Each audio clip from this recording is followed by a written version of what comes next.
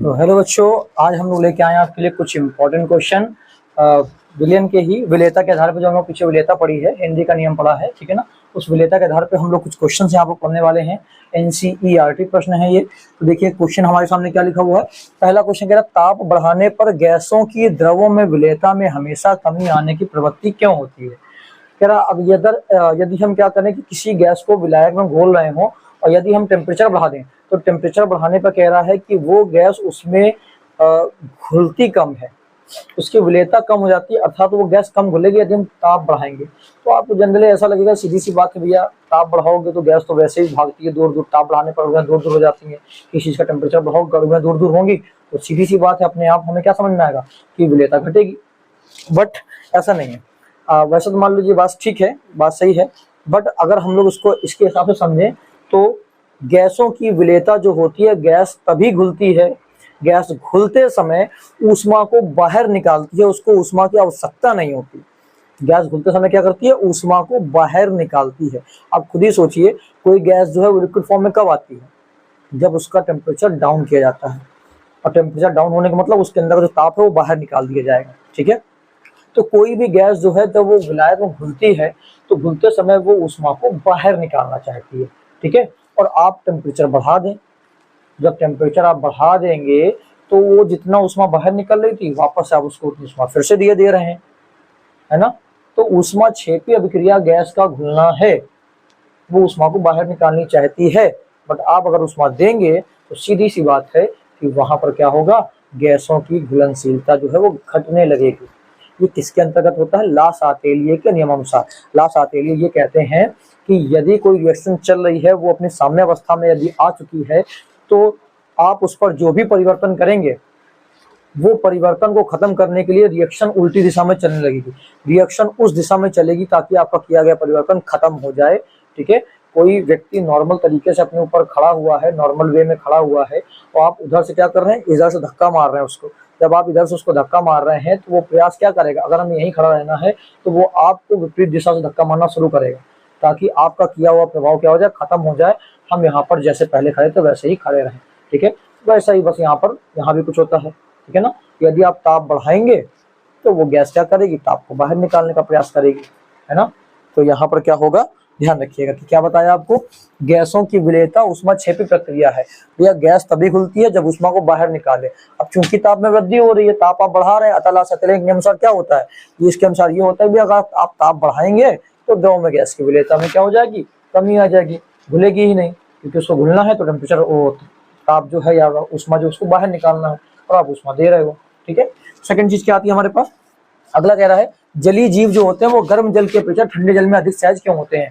जो समुद्री जीव हैं, जल के जीव हैं, वो गर्म पानी में कम रहना पसंद करते हैं, उसकी तुलना में ठंडे पानी में ज्यादा रहना पसंद करते हैं, क्यों। तो उसका सीधा सा कारण है भैया, देखिए ठंडे पानी में क्या होगा, टेम्परेचर डाउन होगा तो गैस उसमें ज्यादा से ज्यादा घुलेगी। कम ताप पर गैस क्या होती है, घुलती है, और टेम्परेचर बढ़ाने पर गैस की घुलनशीलता घट जाती है।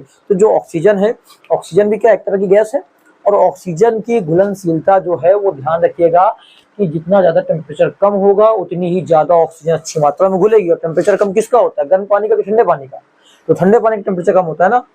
हाँ, अर्थात ठंडे पानी का टेम्परेचर कम होता है, इसलिए ठंडे पानी में ज्यादा से ज्यादा ऑक्सीजन घुली होगी और गर्म पानी में कम से कम ऑक्सीजन घुली होगी। तो जलीय जीव को क्या चाहिए, ऑक्सीजन चाहिए, तो ऑक्सीजन से लगाओगे तो ऑक्सीजन को कहाँ मिलेगा, ठंडे पानी में, इसलिए वो ठंडे पानी में अपने आप को ज्यादा सहज महसूस करते हैं, अपने शरीर को अच्छा बनाए रख सकते हैं, ठीक है। तो वही लिखा हुआ है कि जल में ऑक्सीजन की विलेयता जो है वो ताप में कमी से बढ़ती है, जितना टेम्परेचर कम होगा उतनी ही विलेयता जल में बढ़ जाएगी ऑक्सीजन की। अतः निम्न ताप पर यानी टेम्परेचर जब डाउन होगा तो अधिक ऑक्सीजन की उपस्थिति होगी वहां पर, उसी के कारण जलीय जीव जो है ठंडे जल में अपने आप को अधिक सहज महसूस करते हैं। अगला क्वेश्चन तो कह रहा है, विलेय विलायक के आकर्षण के आधार पर बताइए। भैया विलेय और विलायक कौन कितना ज्यादा अपने आप में आकर्षित दूसरे करता है, उस आकर्षण के आधार पर कह बताइए कि अगर हम एन ऑक्टेन ले लें विलायक के रूप में तो विलेयता पर क्या प्रभाव पड़ेगा, कब कंडीशन पे विलेयता ज्यादा होगी, कब कम होगी।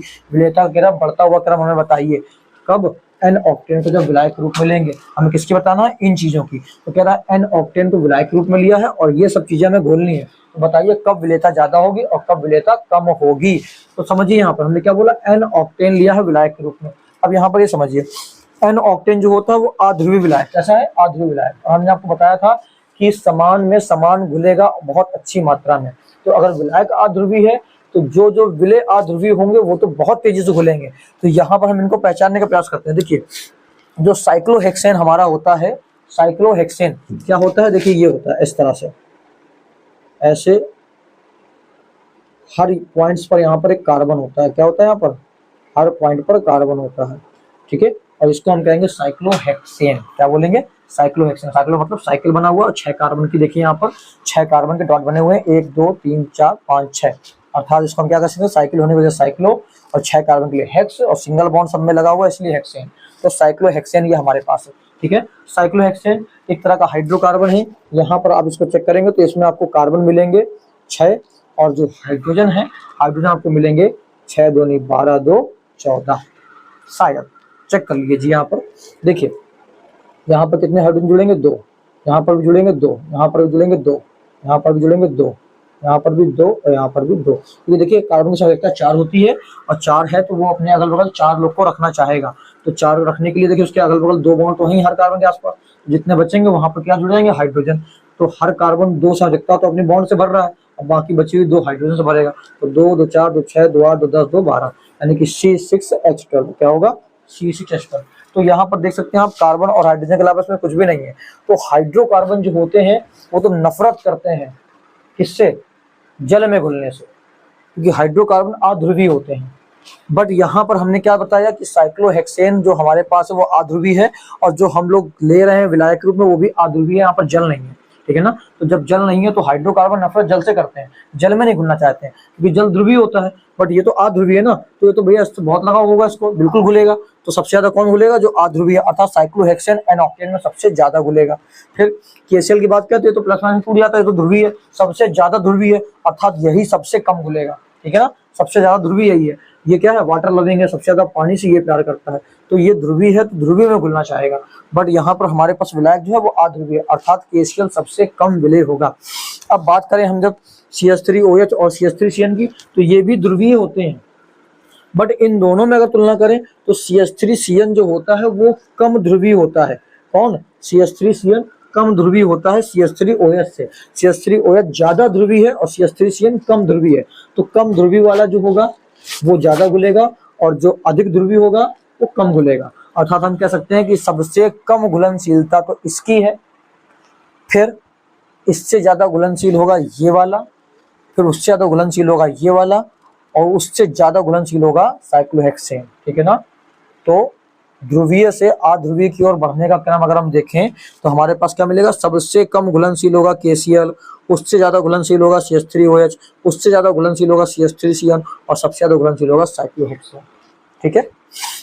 अगला कह रहा है पहचानिए कि निम्न यौगिकों में से कौन जल में विलेय है, आंशिक विलेय है और अविलेय है। तो जल के लिए भी हमने आपको बताया कि देखिए जल एक ध्रुवीय विलायक है, और ध्रुवीय में ध्रुवीय ज्यादा अच्छे से घुलेगा और अध्रुवीय तो बहुत कम घुलेगा, जैसे ये साइक्लोहेक्सेन था।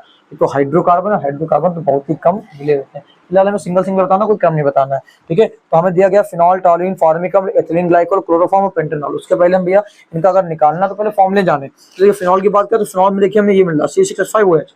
अब यहाँ पर आप OH को देखेंगे, जो ऊपर OH को देख के आए थे हम लोग, यहाँ पर ये OH जो होता है वो ध्रुवीय बॉन्ड बनाता है, और ये क्या है, हाइड्रोकार्बन है, ये अध्रुवीय होगा, है ना। तो इसलिए दोनों कंडीशन है ना, तो घुल भी सकता है, नहीं भी ज्यादा अच्छे से। तो फिनॉल की बात करें, फिनॉल देखिए ये OH क्या है, ध्रुवीय, और ये क्या है, अध्रुवीय। तो ये घुलना चाहता है, ये घुलना नहीं चाहता, अर्थात प्रयास ये भी करेगा घुलने का, और ये प्रयास करेगा हम ना घुले। इस कंडीशन में ना तो ये बहुत अधिक घुल पाएगा, और ना तो ये बिल्कुल ऐसा नहीं होगा बिल्कुल घुले भी ना। तो ये प्रयास घुलने करा ना, इसलिए कैसा होगा, आंशिक विलेय। सेकंड बात करते हैं हम लोग टॉलुइन की। टॉलुइन में देखिए यहाँ पर पूरा पूरा हाइड्रोकार्बन है, कहीं पर भी कुछ नहीं है, पूरा का पूरा ये अविलेय होगा, कि ये पूरा देखिए अध्रुवीय है। देखिए हाइड्रोजन और कार्बन के आपस में कुछ भी नहीं है, और हाइड्रोकार्बन तो जल से सख्त नफरत करते हैं, अर्थात टॉलुइन जो है वो क्या होगा, अविलेय होगा। अब हम लोग बात करते हैं तीसरा फार्मिक अम्ल।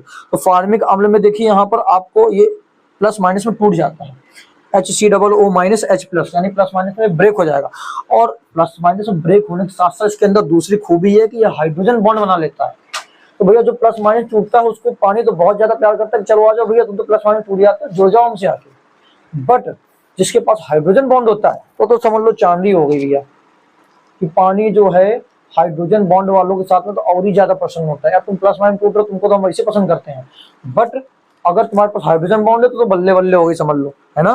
तो प्लस माइनस में टूटने के साथ उसके पास हाइड्रोजन बॉन्ड भी होता है, तो ये विलय नहीं, ये अत्यधिक विलय होता है जल में, ठीक है।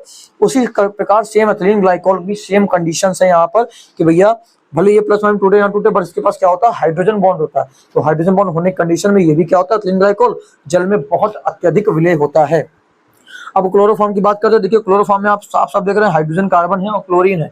यहाँ पर ये ना सोचिए क्लोरीन प्लस माइनस टूट जाएगा, बिल्कुल नहीं, ये किसी भी कीमत पर प्लस माइनस में नहीं टूटने वाला, ये अध्रुवी है पूरी तरह से। तो जब ये अध्रुवी है तो जल में घुलेगा नहीं, अर्थात ये होगा अविलय। और पेंटेनॉल की बात करें तो यहाँ पर देखिए इतना लंबा ये क्या है, हाइड्रोजन और कार्बन की चेन है, हाइड्रोकार्बन है, बट यहाँ पर OH भी है। जो OH जो है वो क्या करना चाहता है, वो एक ध्रुवीय ग्रुप है, एक पोलार ग्रुप है, समूह है, ये चाहता है घुलना और ये चाहता है ना घुलना। सेम कंडीशन देखिए फिनॉल में आई थी, अर्थात यहाँ पर भी ये क्या होगा, अल्प विलय होगा, आंशिक विलय होगा, आप इसको कह सकते हैं। इन क्वेश्चंस के जल्दी से आप क्या कर लीजिए, स्क्रीनशॉट ले लीजिए या आप पोस्ट करके नोट कर सकते हैं। हम आपको 2-4 क्वेश्चन और बताते हैं बढ़िया बढ़िया से, ठीक है, जल्दी से इसका स्क्रीनशॉट लीजिए। उम्मीद करेंगे आप लोगों ने स्क्रीनशॉट ले लिया होगा। चलिए देखते हैं नेक्स्ट क्वेश्चन को। कुछ और क्वेश्चन हमारे सामने आ चुके हैं। देखिए प्रश्न लिखा हुआ है, क्या ताप बढ़ाने पर कैल्शियम एसीटेट की विलेयता जल में घट जाती है जबकि लेड नाइट्रेट की बढ़ती है। तो शायद क्वेश्चन पढ़ के आप समझ में आ गया होगा आपको कि आप जानते हैं कि ये जो रासायनिक क्रियाएं ऐसी होती है जो उष्मा शोषी हो, अर्थात जिनको उष्मा चाहिए। अगर ऐसी रासायनिक क्रियाओं में ताप बढ़ाएंगे आप तो सीधी सी बात है विलेयता बढ़ेगी, और ऐसी रासायनिक क्रियाएं जो उष्मा को बाहर निकालना चाहती हैं, अर्थात जो उष्मा क्षेपी अभिक्रियाएं होती है, अगर आप उसमें उष्मा देंगे तो क्या होगा, विलेयता घट जाएगी। और जब आपको यहाँ पर साफ साफ बोल रहा है किसकी विलेयता घट रही, किसकी विलेयता बढ़ रही, तो आंसर भी आपको क्लियर है, सीधे सीधे क्या क्लियर है कि भैया कैल्शियम एसीटेट की विलेयता जल में घट रही है ताप बढ़ाने पर, अर्थात यहाँ पर ये उष्मा क्षेपी अभिक्रिया देती होगी। तो लिखा है कैल्शियम एसीटेट को जल में घोलने पर उष्मा उत्सर्जित होती है। उत्सर्जित होना मतलब बाहर निकलती है, और आप क्या कर रहे हो, विलेयता ताप बढ़ाओगे अगर तो क्या होगी, घट जाएगी, ठीक है ना, क्योंकि आपको पता है वो उष्मा निकालना चाहती है और आप उष्मा दे रहे हो। जबकि लेड नाइट्रेट को जल में घोलने पर उष्मा अवशोषित होती है, वो उष्मा को चाहता है, लाओ उष्मा के लाओ, और आप दे रहे हो तो उसमें विलेयता क्या हो जाएगी, ताप बढ़ाने के साथ विलेयता बढ़ जाएगी। अगला समझिए, ठीक है, इसको बहुत अच्छे समझिएगा, इसके लिए आपको संतृप्त असंतृप्त अधिसंतृप्त भी क्लियर होना चाहिए। कह रहा है एक पदार्थ को जल में घोलना उष्मा शोषी प्रक्रिया है। हम किसी पदार्थ को जल में घोल रहे हैं, वो उष्मा शोषी प्रक्रिया है, मतलब जितनी ज्यादा उष्मा देंगे उतना ज्यादा वो घुलेगा। अर्थात अगर उष्मा को घटाएंगे तो वो घुलना भी बंद हो जाएगा, उसकी घुलनशीलता घटने लगेगी, वो कम घुलेगा। क्या होगा, कम घुलेगा, ध्यान रखिएगा, उष्मा घटाने पर वो कम घुलेगा। फिर कह रहा है इसके किसी संतृप्त विलयन को, एक संतृप्त विलयन है इसका, कैसा विलयन है, संतृप्त विलयन, मतलब कि ऐसा विलायक हमारे पास है जिसमें विलय की मात्रा अधिकतम हो चुकी है, जितना घुल सकना था वो घुल चुकी है, ज्यादा से ज्यादा वो क्या हो चुकी है, घुल चुकी है, उसका संतृप्त विलयन हमारे पास है। अब कह रहा है हमें इसको असंतृप्त और अति संतृप्त बनाना है, तो बताइए आप क्या प्रयुक्त करेंगे विधि। बाध्यता यह है आपके पास में कि आपको नहीं बताया गया है कि भैया विलय क्या है, विलायक क्या है, बस आपको इतना बोला गया है कि जो भी यहाँ पर भैया घोला गया है, जो भी रिएक्शन यहाँ पर आई गई है वो उष्मा लेना चाहती है, और संतृप्त विलयन उसका आपके पास में है। तो बताइए किस तरह से उसको संतृप्त को असंतृप्त व अति संतृप्त में बदलेंगे। अब जरा बताइए अति संतृप्त मतलब क्या होता है, या असंतृप्त का मतलब क्या होता है। अति संतृप्त का मतलब होता है कि जगह जितनी थी उतना घोलने की जगह आपने उसको और ज्यादा घोल दिया, मात्रा ज्यादा कर दी, है ना। तो यहाँ पर क्या है, अगर उष्मा देंगे तो वो ज्यादा घुलेगा, संतृप्त हमारे पास में है। यदि हम उष्मा डाउन कर दें, उष्मा क्या कर दें, घटा दें, अगर आप उष्मा घटाएंगे तो विलेयता भी घटेगी, मतलब जो पदार्थ उसमें घुला होगा वो क्या होगा, वो उससे बाहर निकल के आने लगेगा, क्योंकि उष्मा चाहिए उसको घुलने के लिए, और हम उष्मा क्या कर रहे हैं, कम कर रहे हैं, हम उष्मा घटा रहे हैं। अर्थात उष्मा आप घटाएंगे आप तो जो उसमें मात्रा घुली होगी वो घुली हुई मात्रा बाहर निकल के आने लगेगी, और जब बाहर निकल के आ जाएगी तब हम क्या समझ जाएंगे कि भैया जितनी जगह थी उतनी कवर हो चुकी है, और बाकी बची हुई मात्रा क्या हो गई, बाहर आ गई है। अब बाहर मात्रा निकल के आ गई, इसका मतलब आपने उसमें ज्यादा घोल के रखा हुआ था, ठीक है। तो यहाँ पर हम क्या बोल सकते हैं कि संतृप्त विलयन जो है, यहाँ पर अगर उसको धीरे धीरे करके ठंडा कर दें तो ठंडा करने पर हमें क्या दिखेगा, वो कैसा बन जाएगा, अति संतृप्त विलयन में परिवर्तित हो जाएगा। किसमें, वो अति संतृप्त में, क्योंकि घुली हुई मात्रा बाहर निकल के आने लगेगी, एक्स्ट्रा मात्रा दिखने लगेगी, जगह थी 40 की और आप उसमें बैठा लेते 50, जो हमको दिखा कब, जब हमने ये काम किया। तो टेम्परेचर डाउन करने पर वो किसमें बदल जाएगा, अति संतृप्त विलयन में। और जैसे ही आपने गर्म करना शुरू किया, क्या करना शुरू किया, गर्म करना, तो वहां पर क्या होगा, वहां पर अणुओं के बीच की दूरी बढ़ जाएगी। जब दूरी बढ़ जाएगी तो जगह बढ़ गई, और जगह ज्यादा बढ़ गई, जगह ज्यादा होने पर मात्रा कम हो जाएगी, और मात्रा कम है, जगह ज्यादा है, उस समय वो क्या हो जाएगा, असंतृप्त। ठीक है ना। तो टेम्परेचर बढ़ाने पर वो किसमें बदल जाता है, असंतृप्त, और टेम्परेचर घटाने पर वो अति संतृप्त में बदल जाता है। मतलब टेम्परेचर डाउन करेंगे तो वो गाढ़ा हो जाएगा, गाढ़ा हो गया अर्थात वो अति संतृप्त हो गया। ठीक है। और टेम्परेचर बढ़ाया तो वो नॉर्मल हो गया, नॉर्मल कंडीशन पे आ गया है। ठीक है। ये हम कह सकते हैं बहुत ज्यादा पतला हो जाएगा, क्योंकि क्या होगा, अणुओं की दूरी बढ़ गई और जो हमने मात्रा ली थी वो ज्यादा घुल गई आराम से। ठीक है ना। तो उस समय वो क्या हो गया, असंतृप्त हो जाएगा। ध्यान रखिए, छोटी सी बात है, समझ में आ गया तो बहुत बढ़िया, अदरवाइज बस इतना ध्यान रखिए, ठंडा करेंगे तो अति संतृप्त हो जाएगा, गर्म करेंगे तो असंतृप्त हो जाएगा। फिर कह रहा जब कोल्ड ड्रिंक की बोतल वायु में खोली जाती है तो CO2 के बुलबुले क्यों निकलते हैं। तो एक बात बताइए, हमने आपको बताया था हिंदी के अनुसार क्या होता था कि भैया किसी गैस को अगर आपको विलायक में घोलना है तो उस पर दाब बढ़ाइए, जितना दाब बढ़ाएंगे उतनी ज्यादा मात्रा उसकी घुल जाएगी। और कोल्ड ड्रिंक कंपनियां क्या करती हैं, CO2 को हाई प्रेशर पर बोतल में बंद करते हैं ताकि वो ज्यादा से ज्यादा क्या हो जाए, घुल जाए। अब एक बात बताइए, जब आप बोतल ढक्कन खोलेंगे तो वहां पर क्या होगा, जो CO2 का आंशिक दाब लग रहा था उस पर, विलायक पर, जिसकी वजह से वो उसमें घुल गई थी, वो घट जाएगा, दाब घट जाएगा, क्योंकि भैया CO2 को मौका मिल गया बाहर निकलने का, भागने का, तो दाब घटेगा। दाब घटेगा, दाब घटने के साथ साथ क्या होगा, दाब घटने के साथ साथ CO2 की विलेयता भी घटेगी। जब दाब कम होगा तो CO2 क्यों घुलेगी, उसमें बाहर निकल के भागेगी। जब CO2 बाहर निकल के भाग रही है तो किस रूप में दिखाई देगा, हमें निकलते हुए बुलबुलों के रूप में। ठीक है ना। हाँ, तो वही चीज है, कह रहा है विलयन के ऊपर क्या होगा, जो CO2 का आंशिक दाब लग रहा था, एक तो वो तो कम हो जाएगा, और आंशिक दाब कम हुआ तो CO2 की जल में विलेयता भी क्या हो जाएगी, घट जाएगी। तो दाब कम हुआ, विलेयता घट गई, और विलेयता घट, लेकिन हम क्या बताया था कि दाब बढ़ाएंगे तो विलेयता बढ़ेगी। और यहाँ पर आप ढक्कन खोला जैसे तो क्या हुआ, दाब घट गया, और दाब घटने पर विलेयता भी घट गई। जब विलेयता घट गई तो गैस बाहर भागेगी, और गैस जब तेजी से बाहर निकलेगी तो हमें क्या दिखेंगे, बुलबुले निकलते हुए। क्लियर। जल्दी से इसका भी स्क्रीनशॉट ले लीजिए।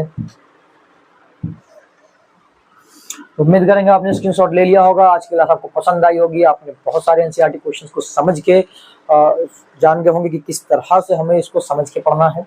समझ के आपने बहुत सारी चीज़ों को पढ़ लिया होगा यहाँ पर। और भी अगर आपको ऐसी जबरदस्त वीडियो चाहिए तो बने रहिए हमारे साथ में, और टेलीग्राम चैनल को जरूर ज्वाइन कीजिए। जैसे ही ये चैप्टर खत्म होगा उसके PDF नोट्स वहाँ पर आपको मिल जाएंगे। ठीक है। तो ऐसी वीडियो के लिए बने रहिए हमारे साथ, मिलते हैं आपसे नेक्स्ट वीडियो में।